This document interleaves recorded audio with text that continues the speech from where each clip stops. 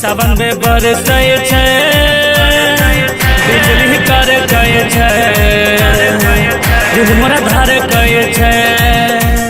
सुना हो कबरिया हमहू जब देव घर, संगे लेने चला हमरा लगैया जे डर। बाबा भोलेनाथ के महिमा पार, उनके कृपा से ये जग संसार। सावन में भक्ता जे जलधार छै, ओकर पूरा बाबा मन करे छै। सावन में बरसै छै, बिजली कड़कै छै, दिल मोरा धड़कै छै। सावन में बरसै छै, बिजली कड़कै छै, दिल मोरा धड़कै छै।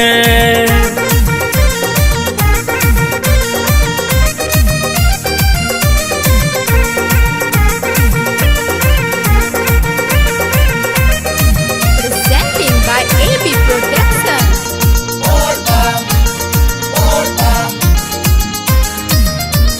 हाँ हाँ, बाबा के भक्ति में शक्ति मिले छै भरपूर यो, मिले छै भरपूर यो।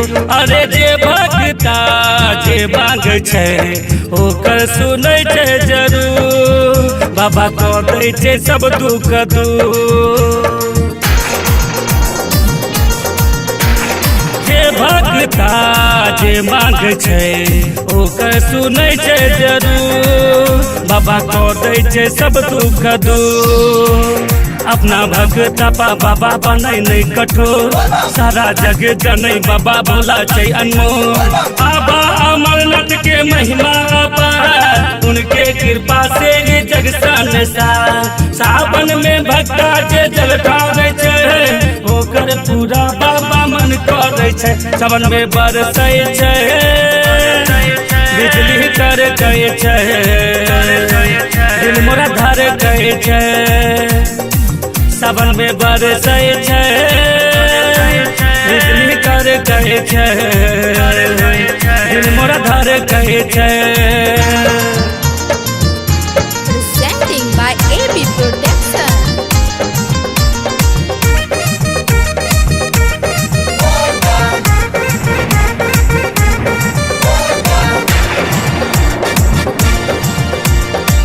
रिम झिम रिम झिम बरस रहल छै, लागै छै मन खूब यो, लागै छै मन खूब यो। अरे सारा जमाना से कांवरिया के देवघर ला निकले जुलूस, सावन में निकले जुलूस। सारा जमाना से कांवरिया के देवघर ला निकले जुलूस, सावन में निकले जुलूस। नचत गावत झूमत चले बबलू कृष्णा बम, अजित बाबू काबर लेने जाए से होसा। बाबा शंभुनाथ के महिमा पार, उनके कृपा से ये जग संसार। सावन में भक्ता जे जल ढारै छै, ओकर पूरा बाबा मन करे छै। सावन में बरसै छै, बिजली कड़कै छै, दिल मोरा धड़कै छै।